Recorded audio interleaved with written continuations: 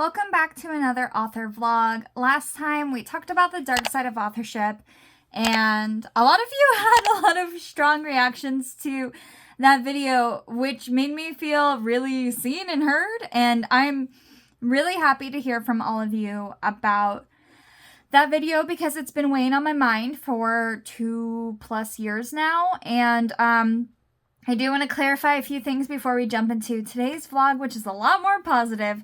So about the last video, if you haven't watched it, I will put a link. I think it will show up over here. Yeah, basically, why I listened to my legal team for that and why I didn't take action was because my legal team recommended I don't. They said even though I was in the right, yes, I was in the right. Everybody knew I was in the right here. But they said even if I won, which unfortunately intellectual property law, especially during pandemic times, which it was when this was happening, it was like right at the transition out of that. It was a little bit fuzzy and gray, so there was a chance that I wouldn't be able to win. But essentially, in terms of legal fees, I would have been paying more legal fees than I would have been probably winning. Because while this group was charging for these events, ultimately, if they had done it the right way, I wouldn't be taking all of that money, right? The total amount they were charging, I would take a percentage of that and a small percentage of that. So just because they're charging for reading my book, if it was properly, like, permission was sought and it was licensed for them to sell that service, yeah, I would just be getting a percentage, kind of like royalties, how that works. If you're interested in more of that, we can talk about that over on Patreon. So patreon.com/Bethany Stahl, where I go more in depth in author stuff. But also why I'm not naming names now is because years have passed. The organization is not run by the same people. It is not the same issues occurring anymore. Otherwise, this would be a different situation. Since things have changed, it's not worth me ruining or calling out people who weren't even involved. I did talk to the organization that like made that comment about how I was like seeking payment or demanding payment or something. I reached out to them. They also had a change in leadership. So their new director also had no idea of the situation.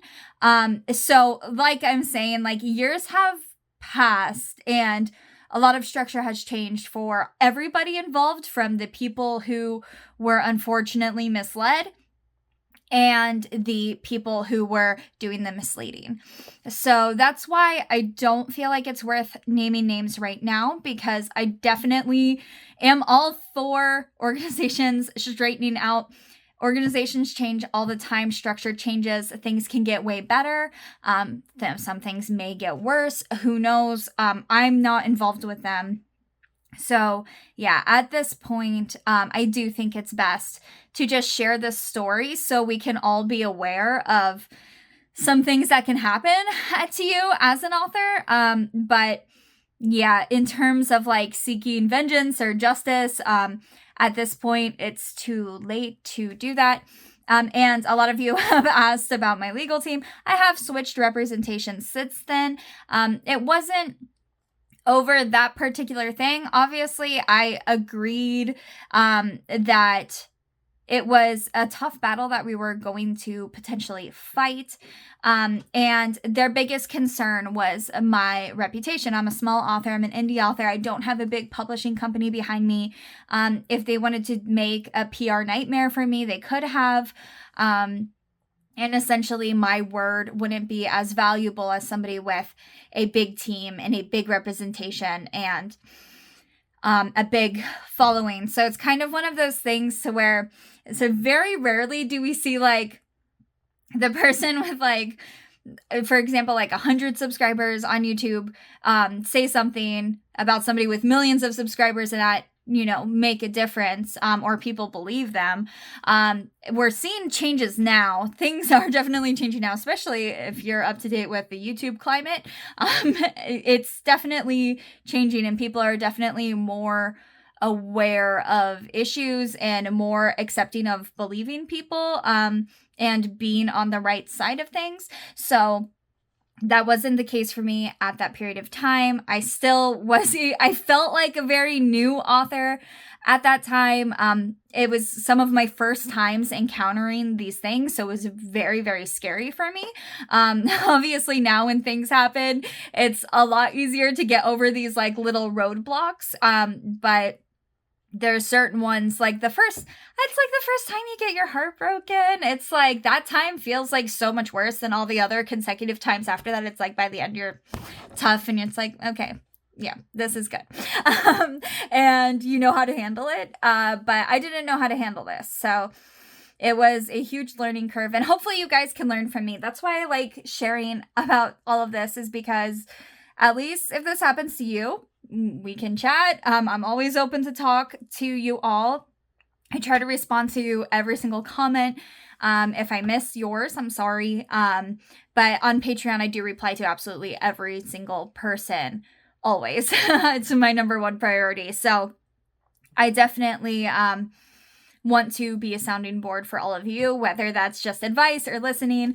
And I think it's important we share these stories just so we know what to look out for if something starts going wrong. But now let's jump into the video.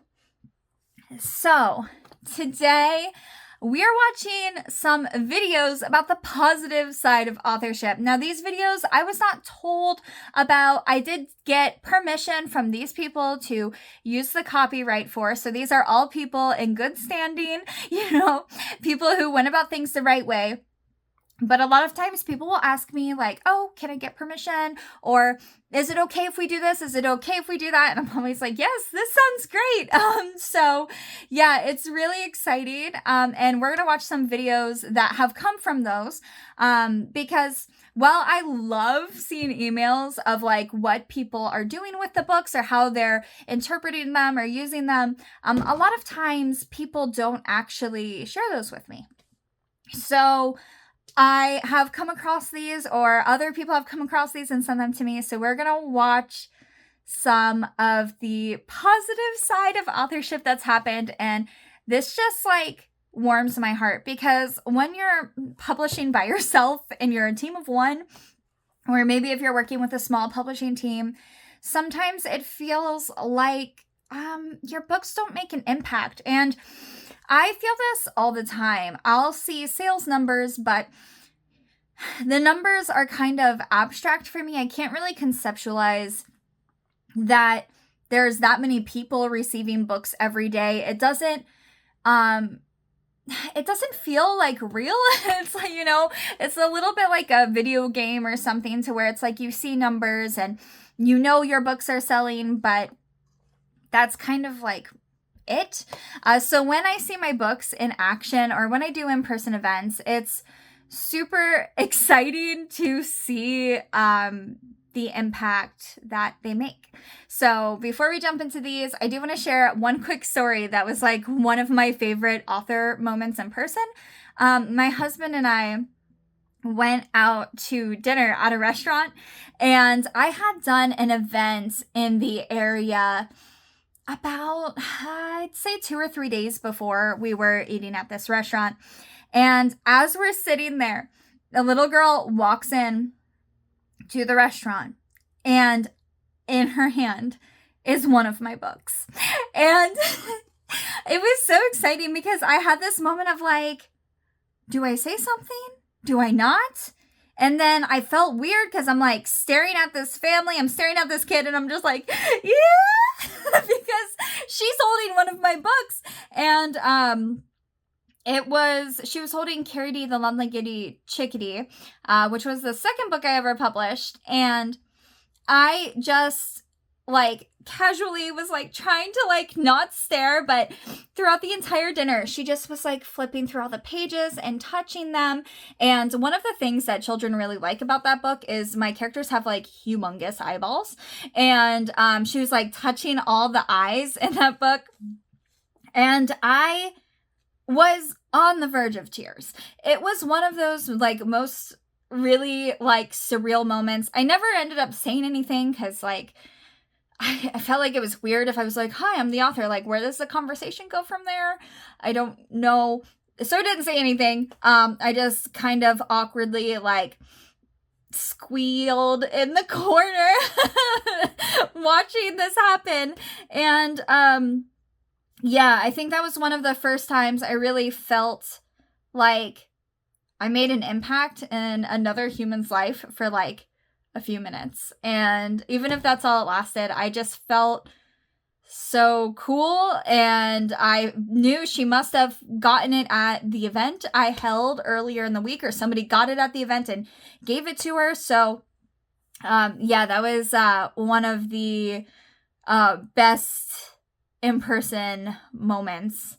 Another in-person moment I can share really quick is, I wish I knew who this kid was, but I was doing another event. I was doing a lot of events for Carity, and I was doing an event for that, and I was reading to the school, and I asked the kids like what books they wanted to see, and one of the kids raises their hand and said like they wanted to see a book about like the ocean or something like that, and I was like, yeah, that'd be cool. I'll do that.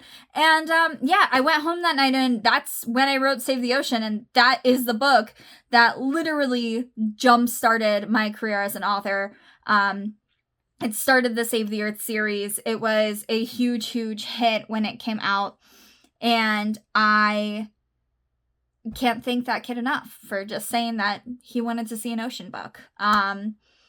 Yeah, it is so heartwarming and impactful, and it's like I liked seeing that I changed people's lives, but I wish these kids knew that they were changing my life, that little boy is the reason I'm an author now. He's the reason I am sharing all this on YouTube. Like, it's just like one person can really change your life, and that kid will never know that they totally changed the course of my life, because when I came home and wrote that book genuinely was the trigger to me realizing like I can write full time. So let's watch some videos. We are not cool with global warming.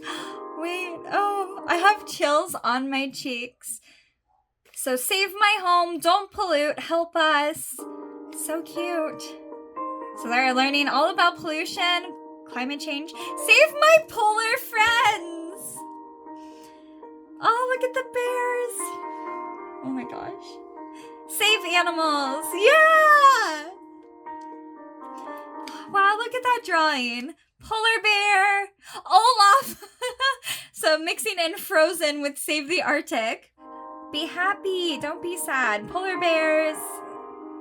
Save Mother Earth. Save the Arctic. Plant more trees. Yes, so good. Oh my gosh.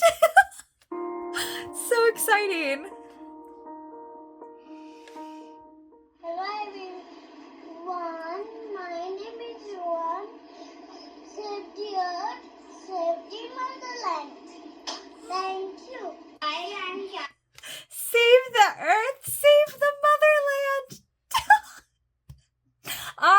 I can't tell if you guys can see the chills on my arm.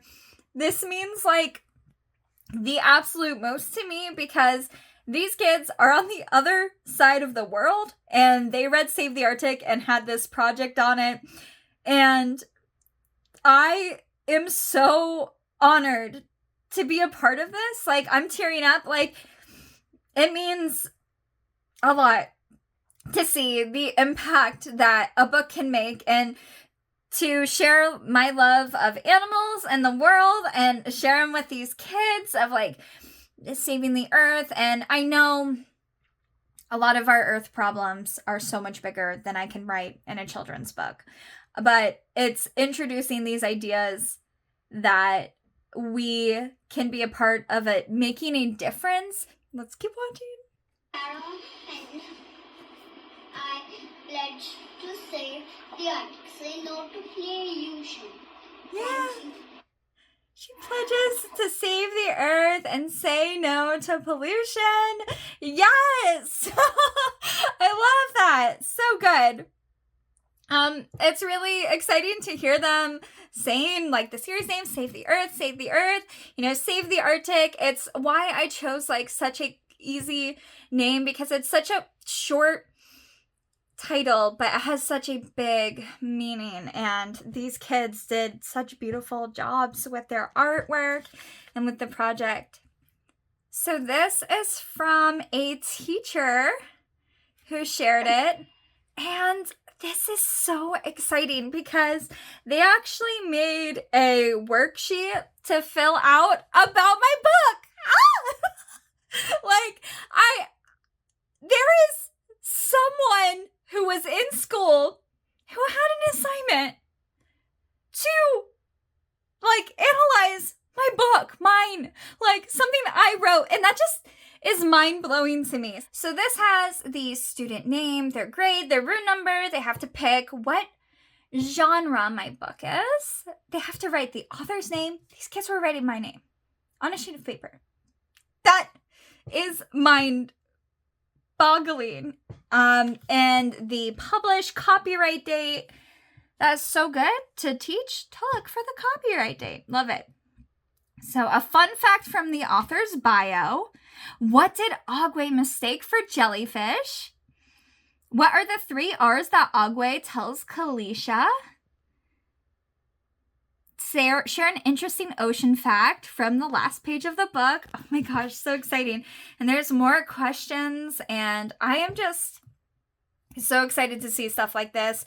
There are organizations that have created study guides for my books, again, with my permission, and it's great and so cool. So it really gives teachers tools. And then teachers like this are amazing and are creating their own questions for the books. Absolutely very cool.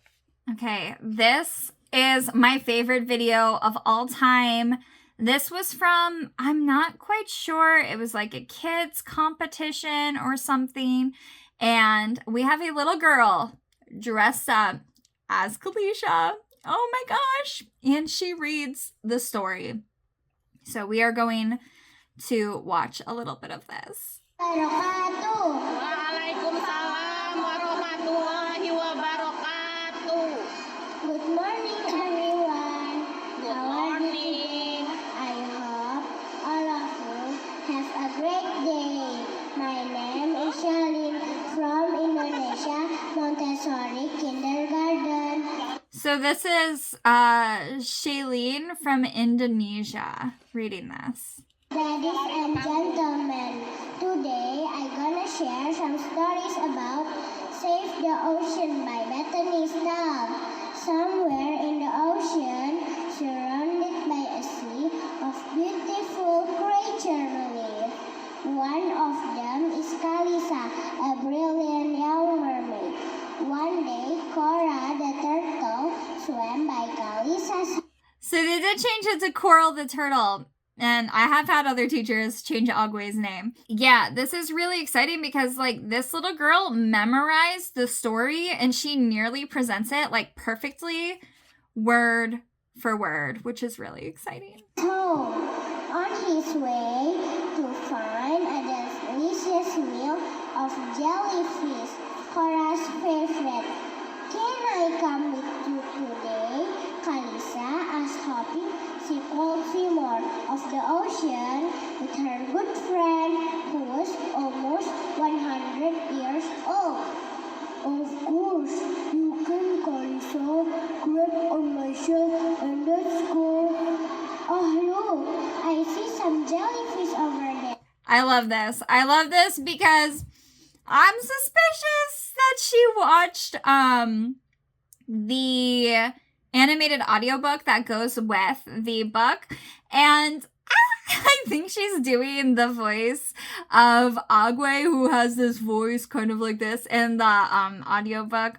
And it's really cute to hear her do the voices. And I love this. The first time I seen this, I was just like bawling. It was so beautiful. And I felt, again, like this is another example from kids on the other side of the world reading my book. There's also been lighthouses on the coast of Europe that host story times, which, why didn't we have that? I would love to go to a story time in a lighthouse. What? Who read my books. There's been libraries over in Ireland that share, they do a Save the Bees thing every single year. There's just so much. There's another school here who did a huge Save the Earth and Save the Arctic project. And I don't want the negativity to dissuade anybody from being an author, because it's still, despite the bad, one of the most rewarding things I've ever done. This is just so cool to see. I absolutely love seeing the impact. There was another group who in New York did a huge like dance musical to my Save the Earth series, which was epic sounding, and I didn't get to see a video or anything of it, and I would have loved to. But like just the idea, I'm sure they performed really well, and I think I got sent a photo of those kids. And it's just a really magical experience being an author. And it's not just children's books, it's any books. Your books all have an impact. So even if you've sold one book to a stranger, like, you just don't know what impact it could have, because like this little girl who's presenting this book, this is like a part of her life, and these kids are just like being impacted by this, and it feels really heartwarming. It feels incredibly good to be a part of others' lives, and I just really, really love this, and I am so happy that I got to share it with you all, and I hope you enjoyed this video. I hope this is a little bit uplifting after that last video. And if you are interested in hearing more of the like scary, like people stealing my books, I do have a a video right here, where in real time, I show you how I figured out somebody stole my book, and I sleuthed and got access to their files where they had stolen my book, and how that all like went down and everything I figured out there. And there is a follow-up to that video on Patreon as well. So if you're interested in seeing more of like the process as it's happening and how to really start finding these things, that video sort of walks you through what I used to do all the time to try and find theft. Because it became a little bit of a personal vendetta for a little bit for me to like shut down the thieves. I still do, but I sometimes have other people do it for me because it makes me feel all funny in my tummy. So yeah, I hope you enjoyed this video, and tell me in the comments if you have published a book, or if you want to publish a book, what do you want to see the impact look like? Or what's your favorite thing that's happened to you as an author? I still think the restaurant thing was so cool because it happened like face-to-face in person. But all of these videos really, really warm my heart. So I'd love to hear your best experiences as an author, and I can't wait to read your comments.